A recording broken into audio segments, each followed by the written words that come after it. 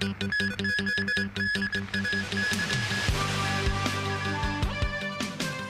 chief executive talks about shortened waiting times for public housing applicants.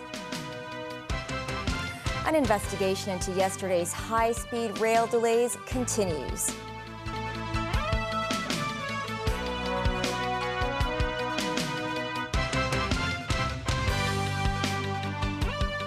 Hello and welcome to TVB News. Chief Executive John Lee noted that next year there will be an additional 2,000 public housing units available for half a year earlier than planned. This is expected to shorten the 4.5-year waiting time for public housing applicants. Meanwhile, Lee also emphasized on the importance of a peaceful and rational way to express views. Veronica Lin has the story. To tackle the housing crisis, the administration proposed to build light public housing. The goal is to shorten waiting times for public housing to 4.5 years in the next 4 years. Whilst those homes are not ready yet, the current waiting time has already dropped from 6.1 years to 5.3 years. Chief Executive John Lee said in a wide-ranging interview on a TVB program that there will be 12,000 public flats ready for occupancy 3 to 18 months ahead of schedule. This will further shorten the waiting time to 4.5 years. Recently, there has been controversy surrounding the government's decision to take back part of the Fenling golf course for public housing development. Lee said the previous administration had made the decision, and legal procedure for doing that is already underway. When asked if the public would lose confidence if the government failed to follow through with the original plan, Lee said he didn't want to speculate. Meanwhile, Lee said he'd be pleased if some residents had learned lessons from the 2019 social unrest and stressed that any views, no matter how radical they are, could be expressed in a rational way. Noticeably, as Hong Kong returns to normalcy, there's been a sharp decrease in demonstrations compared with a few years ago. Hong Kongers' freedoms are protected by the basic law, said Lee. He added that as we exercise that freedom, keep in mind the rioters and revolution that tore the city apart. He believes residents are largely on the same page in that they all see the need to develop the economy. Take the Fenling golf course as an example, he said. There were different views, but they were expressed in a peaceful and rational manner. Veronica Lin, TVB News. A signal failure occurred at the West Kowloon station yesterday evening, disrupting the high-speed rail train services for several hours. An engineering expert said the failure could have been caused by the turnout, a piece of equipment used for switching train tracks. Mimo Sangai reports. On Sunday morning, passengers can be seen at the West Kowloon station a day after train services were disrupted. Some have suitcases ready to depart. The schedule shows the status of all trains as on time. However, some passengers said they had prepared a backup plan to ensure their journeys are not disrupted by another signal failure. For instance, this traveler said she would take coaches to cross the border in case of another accident. Similarly, this woman said her backup option would be departing via one of the checkpoints in the city. Owing to the signal failure, 4 trains to and from Futian and Shenzhen North were cancelled and more than 10 trains were delayed. A similar accident also occurred in May. After communicating with MTR, Roundtable lawmaker Michael Tian said the accident might have been caused by broken hardware next to a rail track, almost the same problem as previously.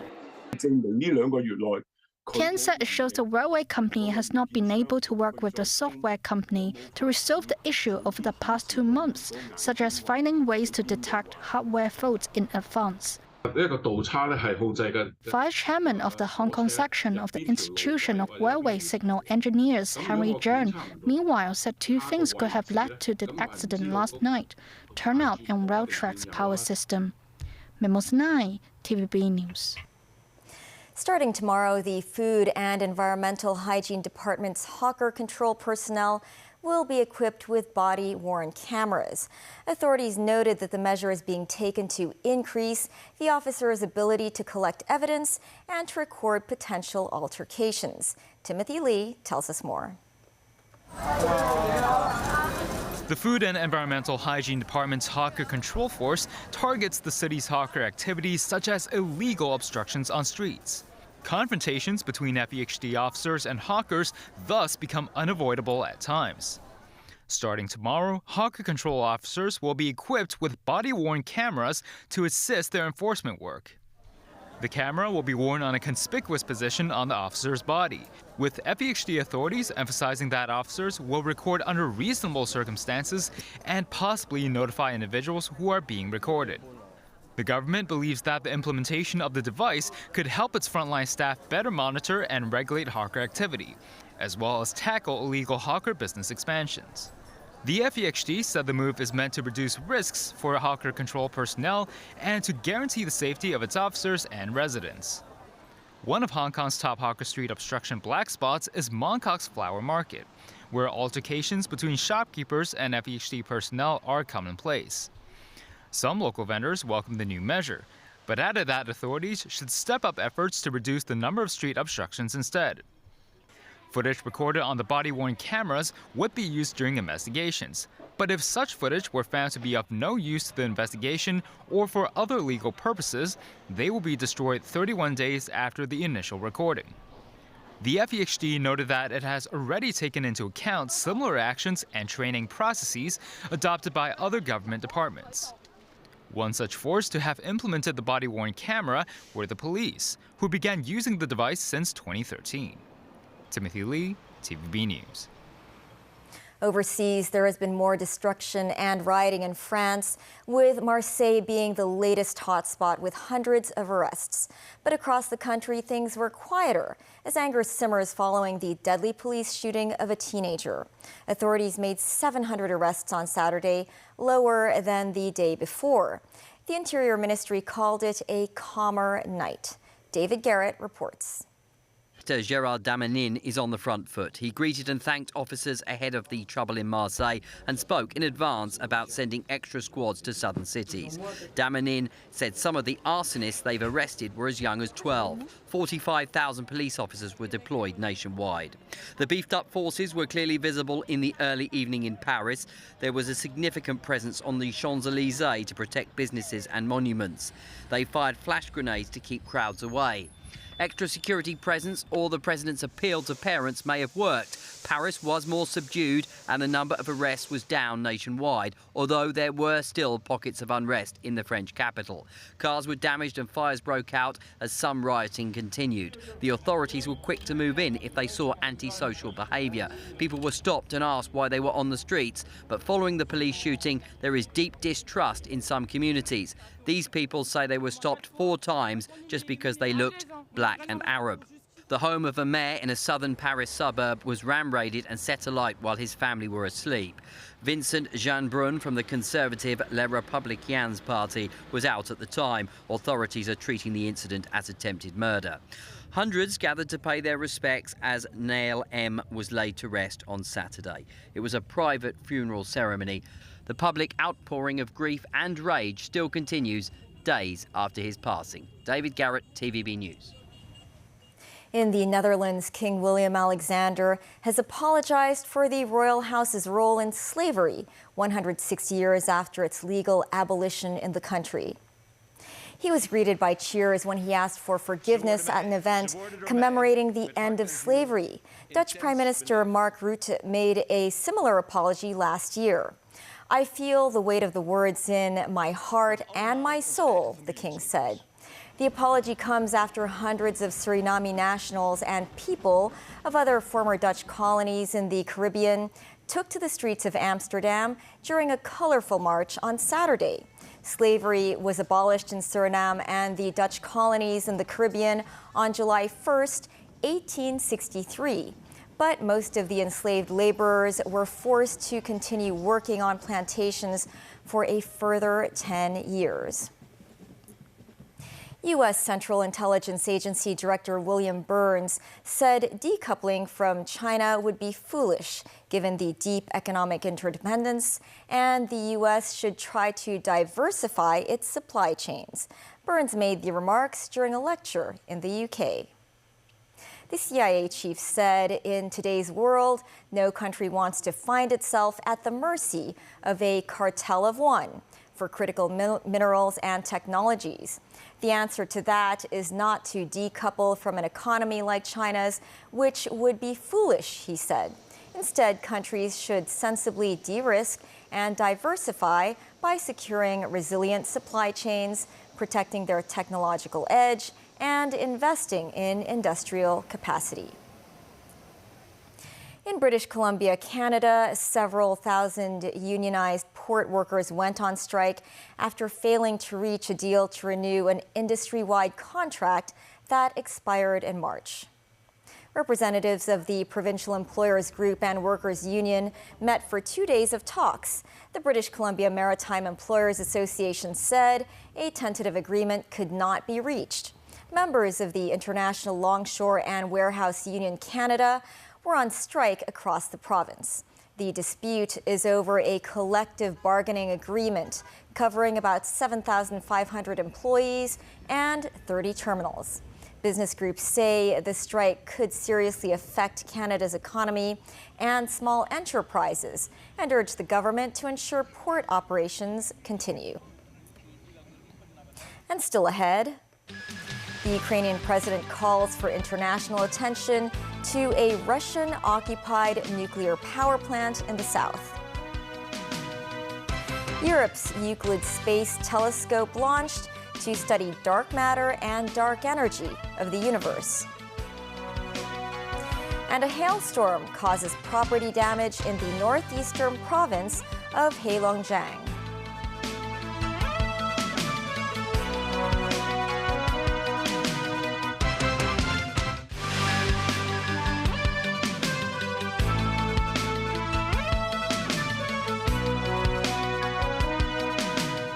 Welcome back. Russia launched an overnight drone and missile attack on Kyiv and the surrounding area after a 12-day break.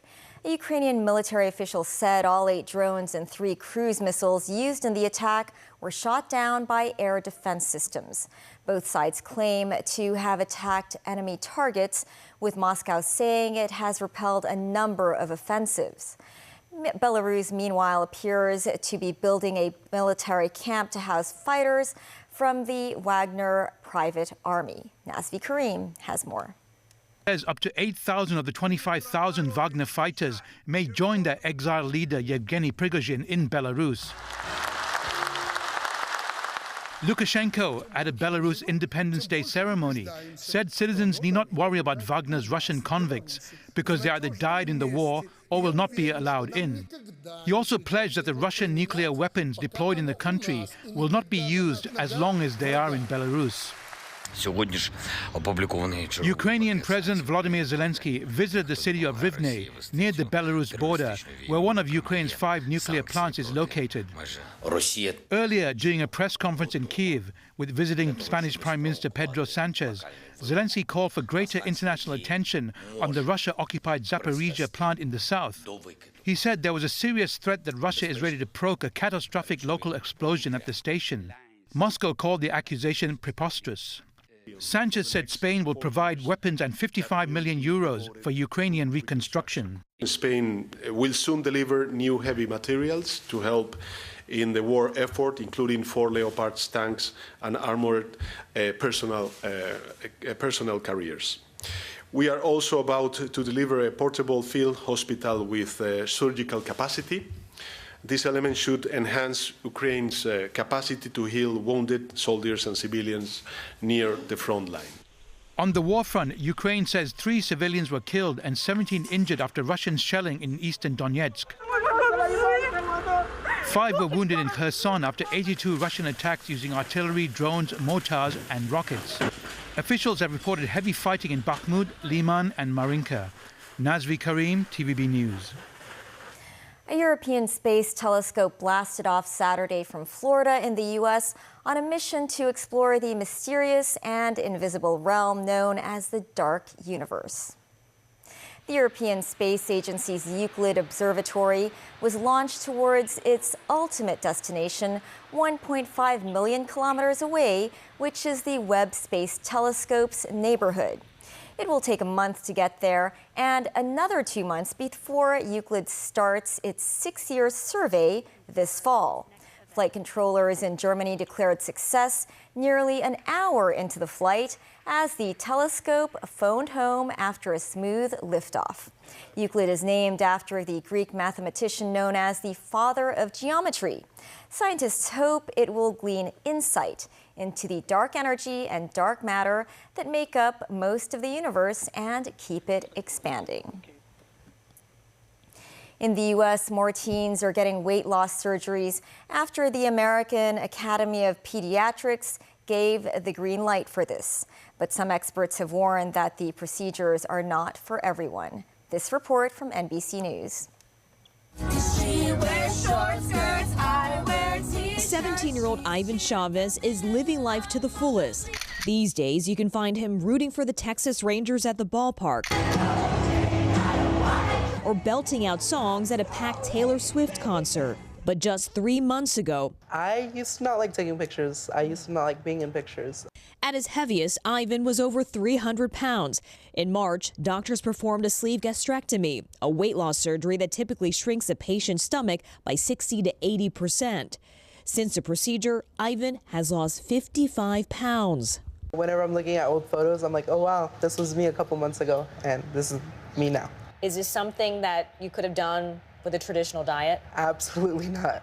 A recent study showed a near 20% spike in weight loss surgeries among youth between the ages of 10 and 19. And for the first time in 15 years, the American Academy of Pediatrics took a major step by endorsing the procedure as an option to treat severe obesity among teens aged 13 and older. It involves medical clearances from subspecialists, including gastroenterologists, psychologists, nutritionists. But some doctors are skeptical, arguing kids may not understand the lifestyle changes that come with the surgery. If you're telling a kid you're going to need a lifetime of medical care and close follow-up, they may not be prepared for that. Dr. Edward Livingston used to perform weight loss surgeries on teens. I've seen a lot of people with bad results, including people who were fairly young when they got these operations. Post-surgery, what are some of the side effects that kids could potentially see? The biggest one is the micronutrient deficiencies. The body's going to be absorbing a whole lot less in terms of caloric intake. Ivan now follows strict dietary restrictions and has made major adjustments to almost every aspect of his life. I could have easily served myself a full plate. Now I'm serving myself on a salad plate. I'm feeling really good. He says it's all worth it. I'm looking to lose around another 50 more pounds. All while gaining a new lease on life. Kathy Park, NBC News, Dallas. The mainland's northeast experienced a hailstorm yesterday morning, with the largest hailstone measuring 9 centimeters. Several buildings were damaged, but no injuries or deaths were reported. The hailstorm occurred in several districts of Ning'an City in Heilongjiang Province. Heavy rainstorms were reported on Saturday morning before it started to hail at around noon. Local residents said the hailstones grew in size over time, from pieces around the size of an egg yolk to ones larger than a tennis ball. Several windows were smashed. That's the news. Thanks for watching. Bye for now.